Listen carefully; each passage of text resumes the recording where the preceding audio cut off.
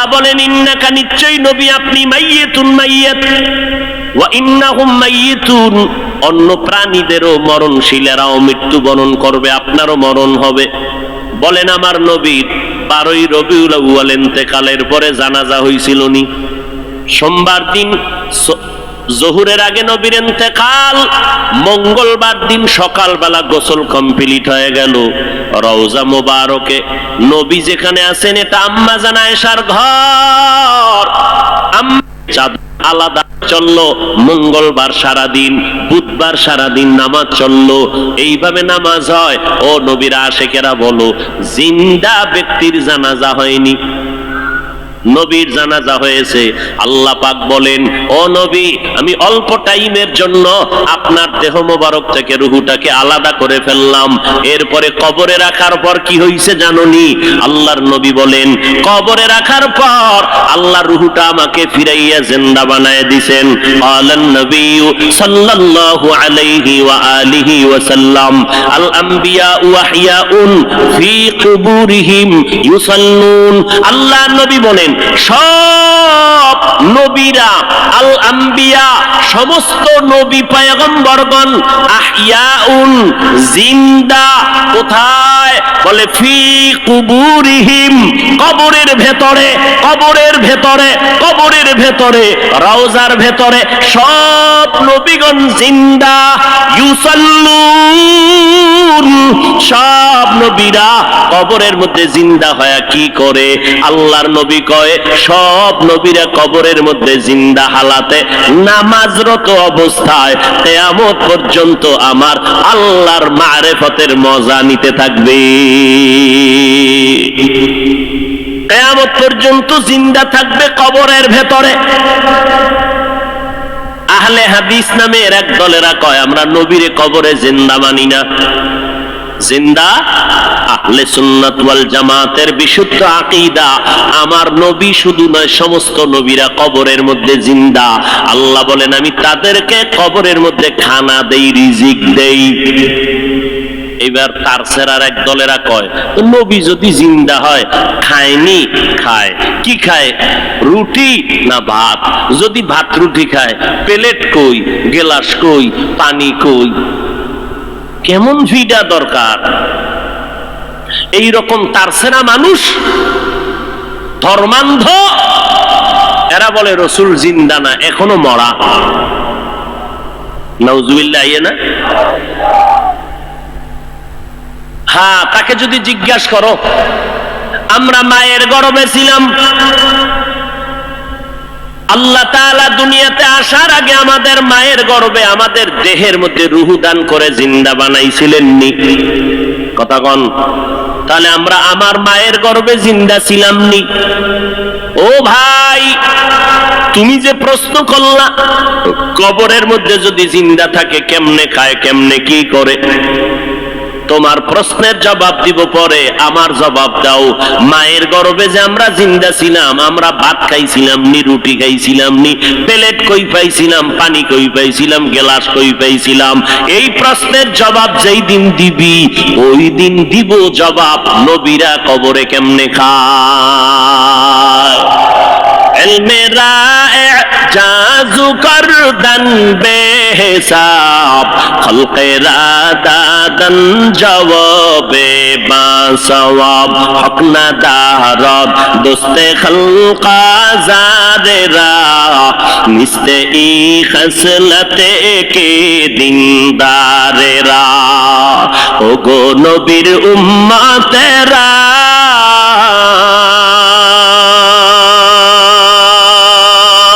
হয়ে আজি দিশাহারা,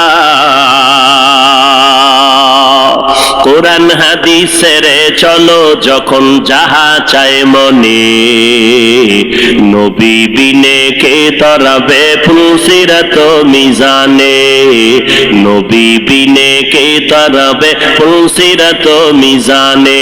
চলো চলো চলো মুমিন চলো নবীর সন্ধানে, নবী বিনে কে তরাবে ফুলসিরাত মিজানে। উম্মতের কান্ডারি নবী,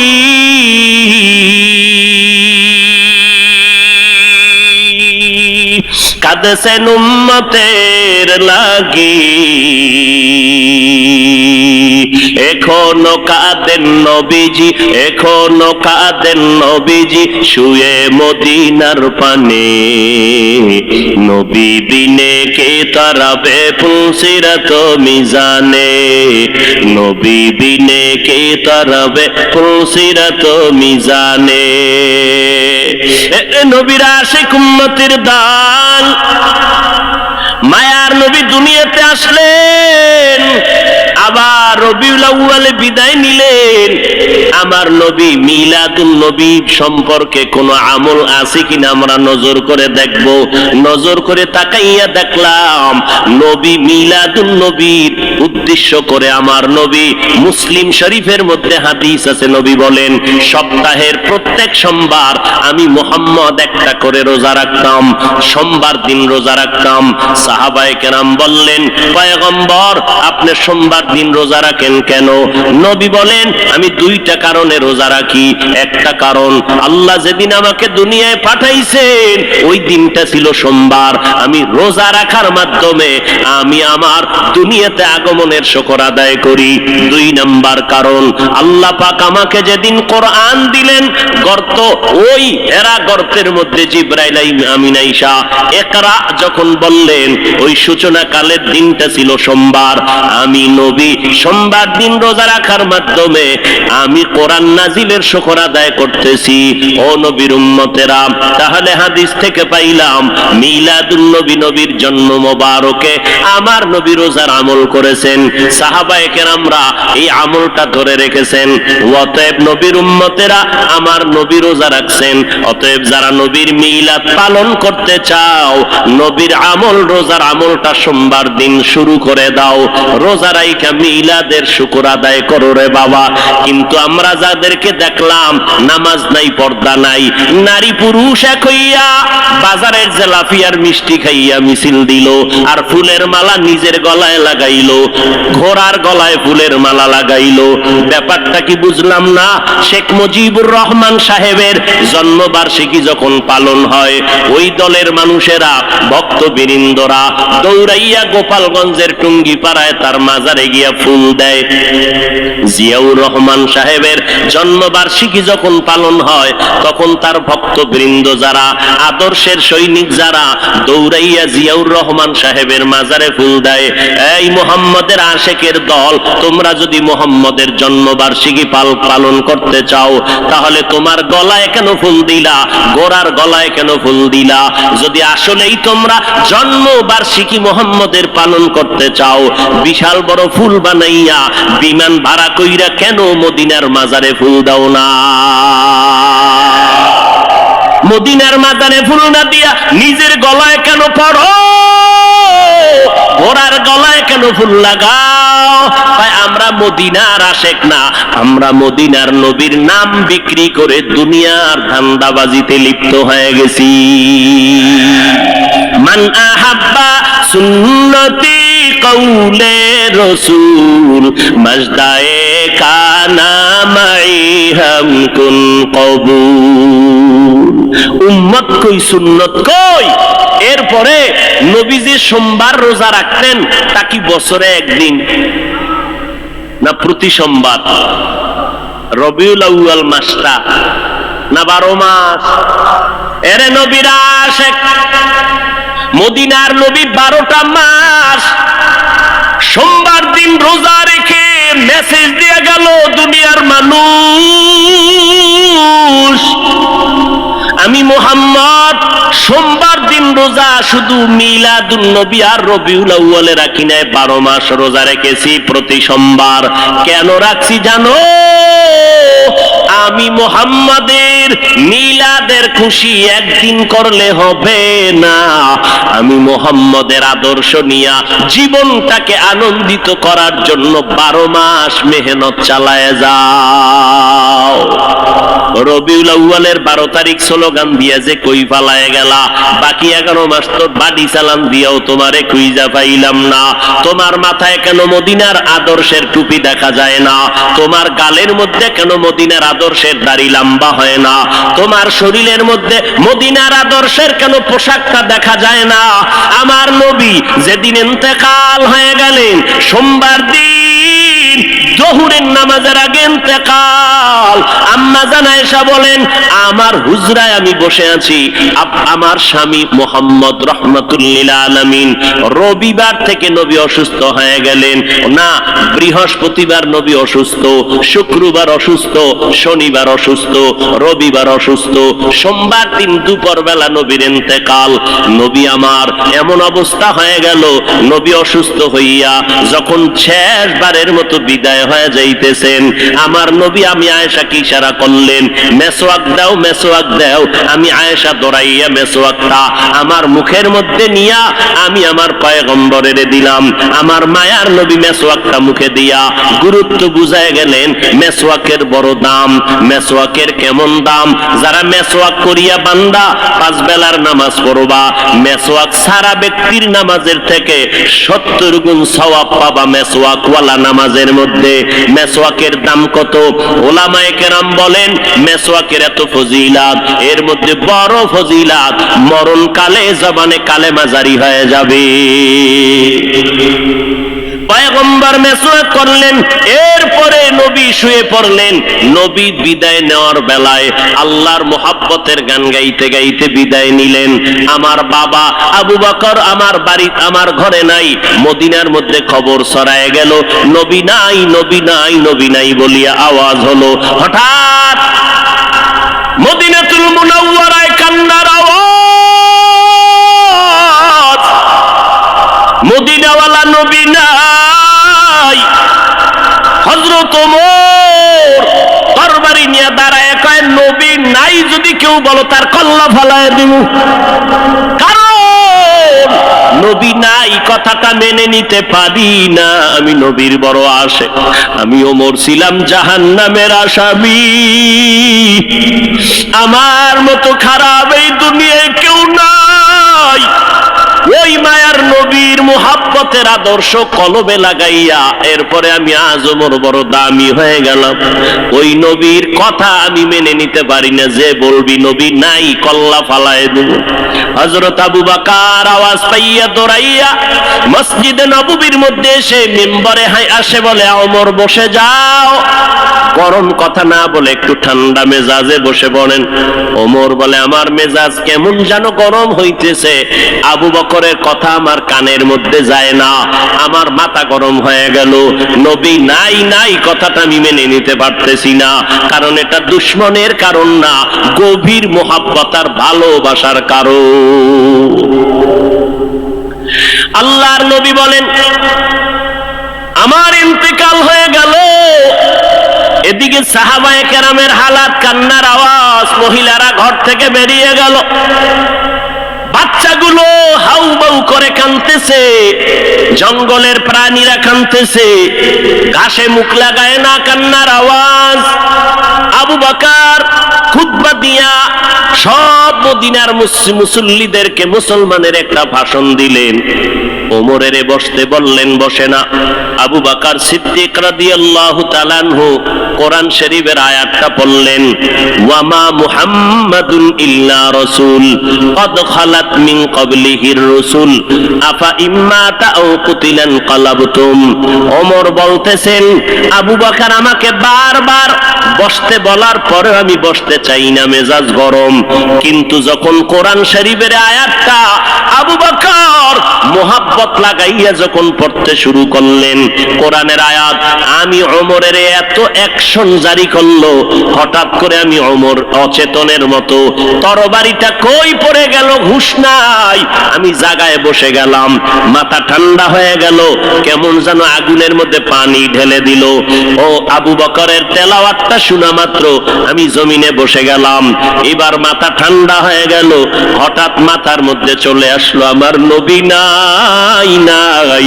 আমি ওমর চোখের পানি আর ধরে রাখতে পারি না, কান্না শুরু হয়ে গেল আমার।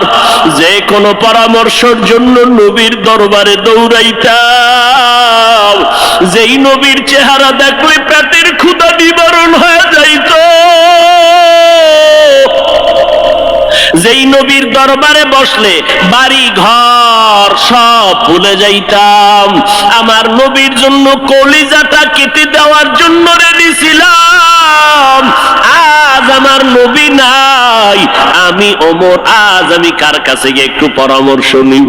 আমার মায়ার নবী, যেই নবী একটু হাসি দিলে মনে হয় যেন মুক্তার দানার মতো হাসিটা ফুটতেছে, যেই নবীর চেহারা দেখলে শুধু দেখতেই মনে চায়, পেটে কোনো ক্ষুধা নাই, যেই নবীর মুহাব্বত মেশকের ঘেরান তার ঘাম, যেই নবী রাস্তা দিয়ে হাঁটলে দুপার্শ্বের গাছ নত হইয়া নবীরে সালাম জানায়, যেই নবীর শরীরের মধ্যে মশা মাছি পড়া হারাম ছিল, ওই নবী আজ নাই।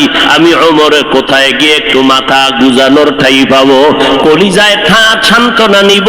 সান্ত্বনা নেওয়ার মতো আজ আমার কেউ রইল না। কান্নার আওয়াজ চলতেছে। ও নবীর আশেকের দলেরা, আমার নবী এই রবিউল আউয়ালে কি নিয়ে আসলেন আর কি রেখে বিদায় নিলেন? তার দুইটা জবাব। এক নাম্বার জবাব, আমার নবী আসলেন উত্তম আদর্শ নিয়া। কোন জমিনে? বলে মক্কার জমিনে। কেমন হালাত? বলে মক্কার মানুষের মতো বদমাশ, জালেম, চরিত্রহীন মানুষ সারা দুনিয়াতে আর কোথাও ছিল না। এই মানুষগুলো এত খারাপ, বাইতুল্লাহর ভেতরে 360টা মূর্তি টানানো, আবার এই বাইতুল্লাহর চারপাশে এই মক্কার চরিত্রহীন নারী পুরুষেরা উলঙ্গ হইয়া তাওয়াফ করে একসাথে নারী পুরুষ। এরপরে নারীদেরকে পছন্দ করে না, কন্যাদেরকে জ্যান্ত দাফন করে দেয়। এই যুবক যুবতী অবাধে চলে, যৌবনের আদান প্রদান করে। মক্কার মানুষ এত খারাপ, নারীদেরকে হত্যা করে দেয়। বিধবা নারীদের কোনো দাম নাই, কন্যাদের কোনো দাম নাই। আমি পয়গম্বর এমন এক আদর্শ নিয়ে মক্কায় আসলাম। আমার আদর্শ যখন গ্রহণ করা শুরু করলো, মক্কার খারাপ মানুষ এত দামি মানুষে পরিণত হয়ে গেল। আমার আল্লাহ একদিন ডেকে বলেন, ও নবী, খবর শুনেন, আপনাকে নতুন এক সংবাদ দিলাম। অমুক অমুক অমুক অমুক সাহাবী, এদের নামে আমি আল্লাহ ফাইনাল সিদ্ধান্ত করে মরণের আগে আমি আল্লাহ জান্নাতের টিকিট দিয়ে দিলাম। আমার নবীর আদর্শ গ্রহণ করে 10 জন সাহাবা জান্নাতের টিকিট পেয়ে গেলেন। আবু বকর, ওমর, ওসমান, আলী সহ 10 জন রাদিয়াল্লাহু আনহুম আজমাইন। এর নবীর আশিক, এই রবিউল আউয়ালে আমার নবী আদর্শ নিয়ে আসলেন। কই? আজকে সেই নবীর আদর্শ মুসলমানের সন্তানের ভেতরে নাই। আমার নবীর রেখে যাওয়া আদর্শ হিন্দু ভাইয়েরা কখনো পালন করবে না। আমার নবীর আদর্শ খ্রিস্টানেরা পালন করবে না। আমার নবীর সুন্নতের আমল ইহুদিরা করবে না। আমার নবীর সুন্নতের আমল কোন বৌদ্ধ ধর্মের মানুষেরা করবে না। আমার নবীর রেখে যাওয়া সুন্নতের আমল করবে একমাত্র নবীর আশিক মুসলমানেরা।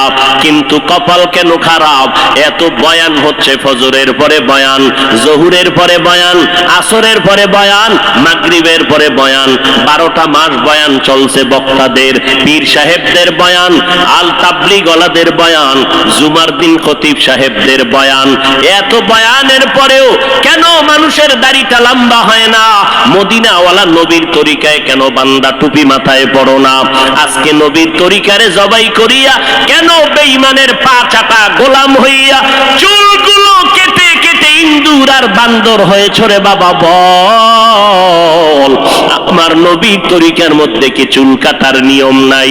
আমার নবীর তরিকায় নখ কাটার নিয়ম আছে। আমার নবীর আদর্শে জুতা কেমনে পরবা সেখানেও নবীর আদর্শ আছে। জুতাটা কেমনে খুলবা সেখানেও নবীর আদর্শ আছে। আমার নবীর কেমন পাওয়ারফুল আদর্শ! এমন আদর্শ জমিনে আর কারো নাই। অমুকের আদর্শের সৈনিক আমরা, আল্লাহর কসম। এই জমিনে যত মানুষের আদর্শ আছে, আব্রাহাম লিঙ্কনের আদর্শ, মাও সেতুনের আদর্শ, লেনিনের আদর্শ, কালমার্সের আদর্শ, এক কথায় সব দুনিয়ার মানুষের আদর্শগুলো নাপাক। একমাত্র মদিনাওয়ালা নবীর আদর্শই হলো পাক। সমস্ত মানুষের আদর্শ নাপাক, মদিনার নবীর আদর্শ কেন পাক? দুনিয়ার মানুষের আদর্শ নাপাক হওয়ার কারণ তার চোখ দুইটা নাপাক, তার হাতটা নাপাক, তার দিমাগ নাপাক। কারণ আমি নাপাক কেন?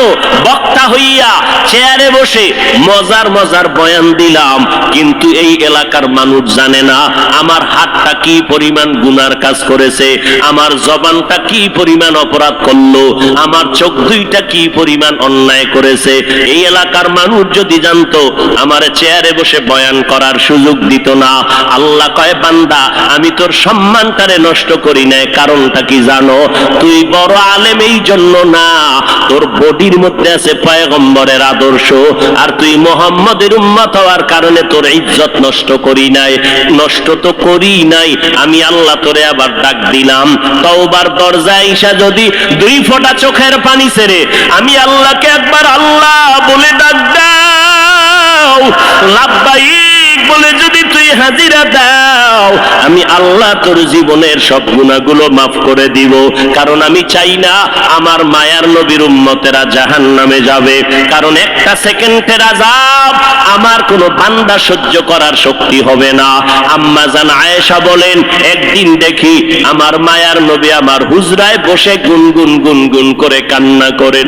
আমি আয়েশা বললাম, নবী আমার কোন ভুলের কারণে আপনি কাঁদেন, আমার কোন ব্যবহারে কষ্ট পাইয়ে আপনি কাঁদেন নাকি? মায়ার নবী কয়, না না আয়েশা, তোমার ব্যবহারের কারণে কাঁদি না, আমি কান্না করি হাসরের ময়দানের কথা মনে পড়ে গেছে রে আয়েশা। ওই হাসরের ময়দানটা কেমন ভয়ঙ্কর হবে, ওই কথা মনে পড়ে যাওয়ার কারণে আমি কান্না করি।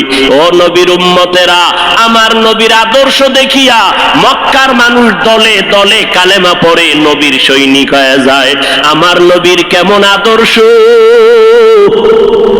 নবী রাস্তা দিয়ে হাঁটে, যেখানে কদম দেয় ওখান থেকে দীর্ঘদিন মেশকের ঘেরান আসতেছে, নবীর ঘাম থেকে মেশকের ঘেরান পাওয়া যায়।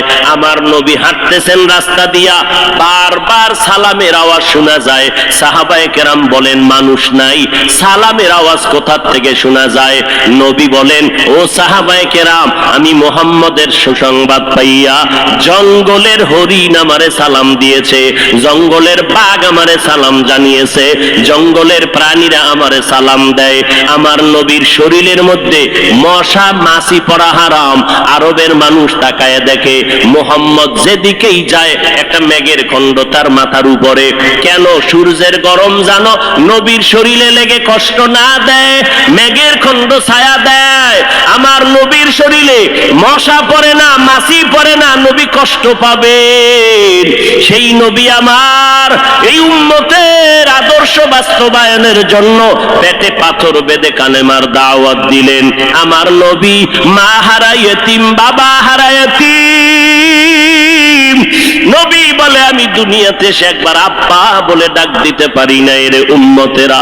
6 বছরে মা হারায় ফেললাম, 8 বছরে আমার দাদাকে হারায় ফেললাম। আমার আরবের মধ্যে কেউ নাই, চারদিকে আমার দুশমন। আমি কালেমার দাওয়াত নিয়ে কোথায় যাব? আমি ঘরের মধ্যে বসে কাঁদতেছি। ওই সময় আমার এক আপন, আরবের মধ্যে আর আপন আমার কেউ ছিল না। 2 জন স্বামী বিদায়ের পরে একজন নারী, 40 বছরের বিধবা নারী খাদিজা। আমি মুহাম্মদ 25 বছরে তাকে বিয়া করে নিলাম, আল্লাহর আদালতে অনুমতি নিয়ে বিয়া করে ফেললাম। ওই খাদিজা আমার কান্নার কারণ জিজ্ঞাসা করলেন, নবী কেন কান্না করেন?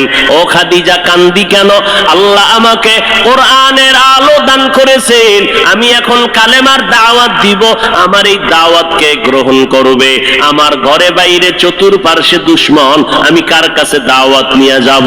আম্মা জান খাদিজা চিৎকার দিয়া বলে, নবী কোনো পেরেশান হবেন না, এই জমিনের মধ্যে কেউ যদি আপনার কালেমার দাওয়াত না নেয়, আমি খাদিজার হাতটা ধরিয়া আপনি আমাকে প্রথম দাওয়াতটা পড়াইয়া দেন, কালেমা পড়াইয়া দেন।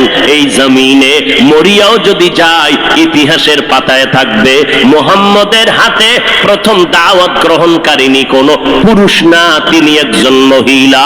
কিয়ামতের ময়দানে মদিনার নবী বলেন, জান্নাতের 8টা দরজা যখন খুলিয়া 4 জন নারীকে ডাকবে, আসো, জান্নাতের দরজা খোলা হয়ে গেছে, আসো। 4 জন নারীকে ডাকবে, তোমাদের কোনো হিসাব নাই, তোমাদের কোনো কিতাব নাই, তোমাদের কোনো পেরেশানি নাই। জান্নাতের 8টা দরওয়াজা, সব দরজা দিয়া ডাকবে, আসো, জান্নাতের হুর তোমাদের জন্য অপেক্ষা করতেছে, জান্নাতের বিছানা তোমাদের জন্য রেডি। কেন? তুই সূর্যের গরম জানো না লাগে, কারণ সূর্যের গরম লাগলে মাথার মগজগুলো টাস টাস করে ফেটে যাবে, একটা সেকেন্ডের আযাব সইতে পারবা না। আসো, কোনো হিসাব নাই, জান্নাতের 8টা দরজা খোলা, কোন দরজা দিয়ে ঢুকবা, আসো। ও এলাকার মা বোনেরা, 4 জন নারীকে জান্নাতের 8টা দরজা ডাকবে, এর মধ্যে একজন নারী হবেন আমার নবীর কলিজার বিবি। 2 জন স্বামী বিদায়ের পরে বিধবা 40 বছরের নারী খাদিজা রাদিয়াল্লাহু তাআলা আনহা। ওই খাদিজা ডাক দিয়ে কয়, ও নবী, আপনার হাতের কালেমার মুসলমান আমি একজন হয়ে গেলাম। নবী এবার কান্না বন্ধ করে বের হয়ে গেলেন। আর আমার দুঃখ নাই, আমার খুঁটি যখন মজবুত হয়ে গেল, আমার ঘরের চৌকাঠ যখন মজবুত হয়ে গেল, এখন আমি দাওয়াতে নেমে গেলাম। মায়ার নবী দৌড়াইয়া মানুষের দ্বারে দ্বারে গিয়া গোপনে গোপনে দাওয়াত দেয়। হাঁটতে হাঁটতে হাঁটতে হাঁটতে আমার নবী পাথরওয়ালা জমিন পাড়াইয়া তায়েফের ময়দানের কিনারায় দাঁড়ায় কয়, তোরা আমারে চিনোনি, আমি মক্কার মুহাম্মদ, আমি এক আল্লাহর দাওয়াত দিয়েছি, গ্রহণ করো। এই আসমানের মালিক আমার আল্লাহ, এই জমিনের মালিক আমার আল্লাহ, ওই একটা আল্লাহ, আর কোন আল্লাহ নাই। ওই আসমানের মালিকের পক্ষ থেকে আসছি, কবুল করে নাও। তায়েফের বেঈমানেরা কয়, এটা তো সেই মুহাম্মদ মক্কার পাগল। বাচ্চাদের ডেকে বলে, পাথর মেরে মেরে মুহাম্মদের তাড়াইয়া দাও। যেই নবীর শরীরের মধ্যে মশা মাছি পড়া হারাম, মেঘের খণ্ড ছায়া দেয়, আমার নবী যেন কষ্ট না পায়। ওই শরীরের মধ্যে কাফেরের গোলামেরা এমন বৃষ্টির মতো পাথর মারতেছে, পাথর পরে পরে নবীর শরীর থেকে রক্ত প্রবাহিত হইয়া জুতা আটকাইয়া গেল।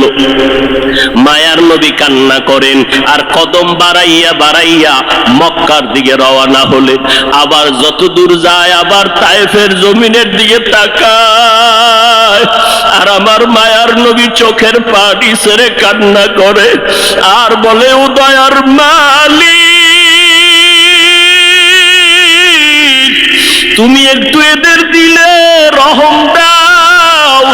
আল্লাহ সাথে সাথে জিবরাইলের পাঠায় দিয়ে কয়, জিবরাইল, আমি আমার নবীর কান্না সইতে পারি না, যাও যাও। মুসা নবী আমার আশেক, ঈসা নবী আমার আশেক, ইব্রাহিম আমার আশেক, আর আমি আল্লাহ নিজে মুহাম্মদের আশেক।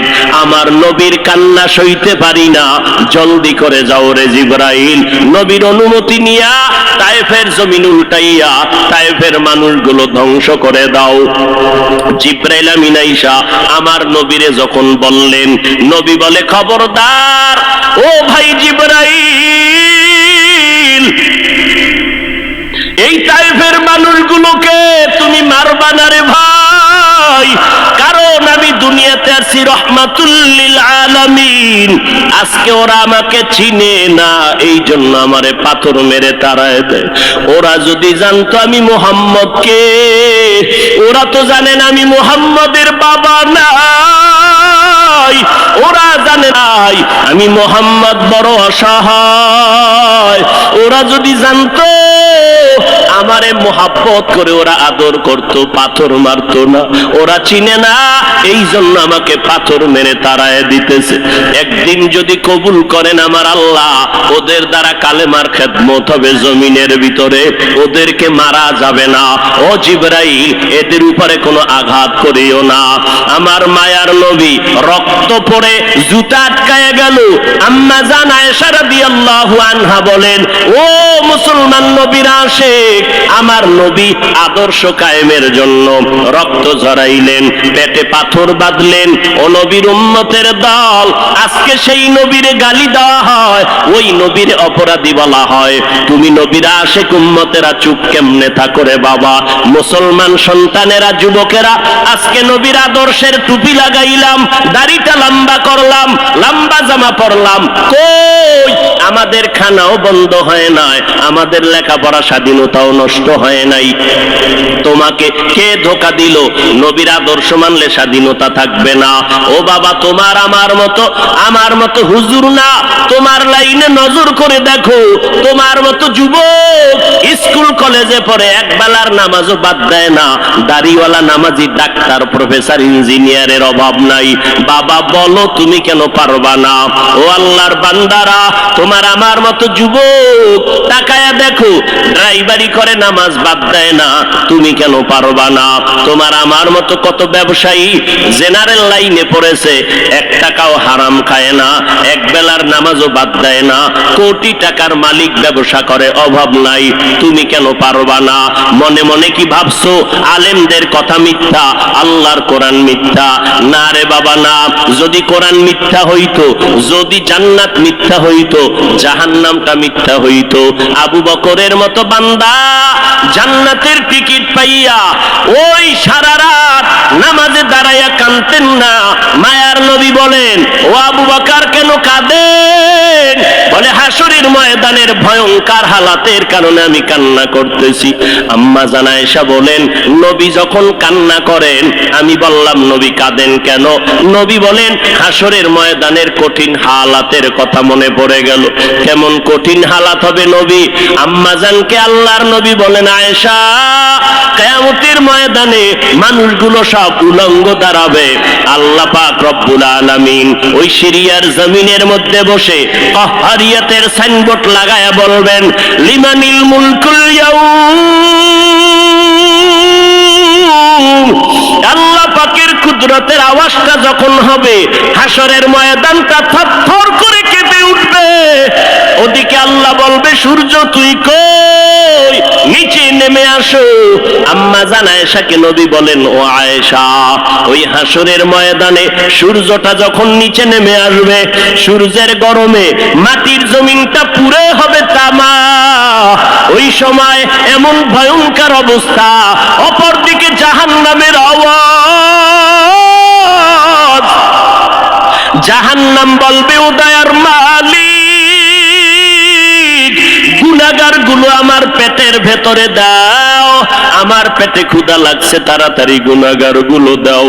আল্লাহর নবী বলে, আয়েশা, ওই হাসরের ময়দানে যেই নবীদের কোনো গুনাহ নাই, একজন নবীরও কোনো অপরাধ নাই, কিন্তু সেই নবীরা হাসরের ময়দানের ভয়ঙ্কর হালাত দেখিয়া উম্মতেরে ভুলে যাবে, নিজেদেরকে বাঁচানোর জন্য হাউমাউ করে কাঁদবেন, আর নাফসি নাফসি নাফসি বলে কাঁদবেন।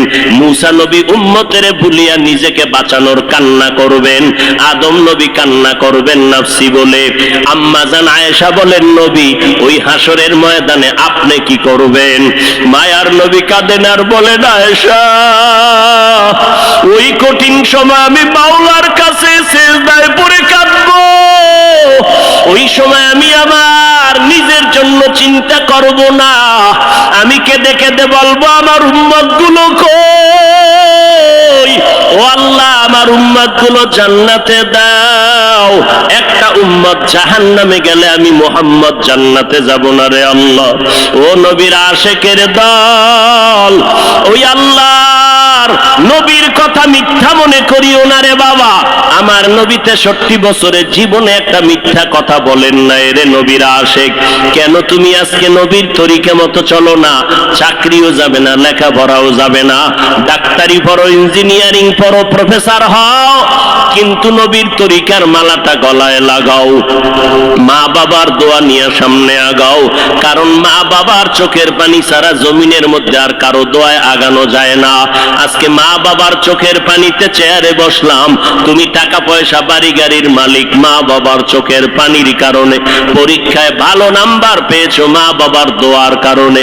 ওই মা বাবার দোয়া নিয়ে তওবা করো আর নবীর সুন্নতের মালা গলায় লাগাও, উলামায়ে আহলে হকের পরামর্শ নিয়ে আগাও। কারণ গুনাহগার হইয়া কবরে গেলে উপায় নাই, গুনাহগার হইয়া হাসরের ময়দানে দাঁড়াইলে উপায় নাই। ওসমান রাদিয়াল্লাহু তাআলা আনহু কবরের কিনারা দিয়ে গেলে হাউমাউ করে কান্না করতেন। ওমরে ফারুক দরজা লাগায় কান্না করেন, কবরে কেমনে একা থাকবো, আমি গুনাহগার হয়ে যদি ধরা পড়ে যাই আল্লাহর কাছে আমার উপায় নাই।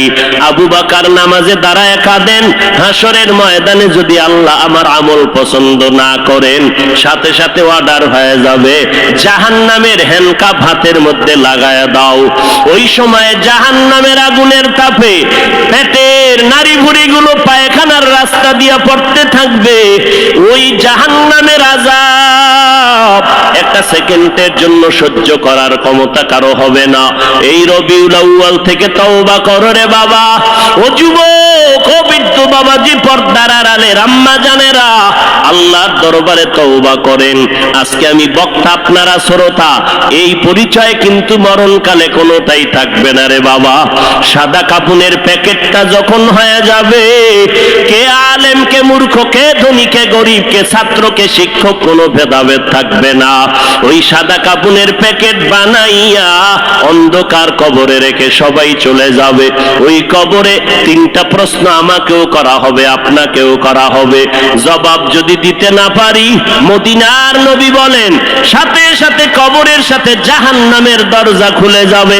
ও আল্লাহর বান্দারা, আজকে দুনিয়াতে সূর্যের গরম সহ্য করতে পারি না, জাহান্নামের আগুন কেমন করে সহ্য করবা?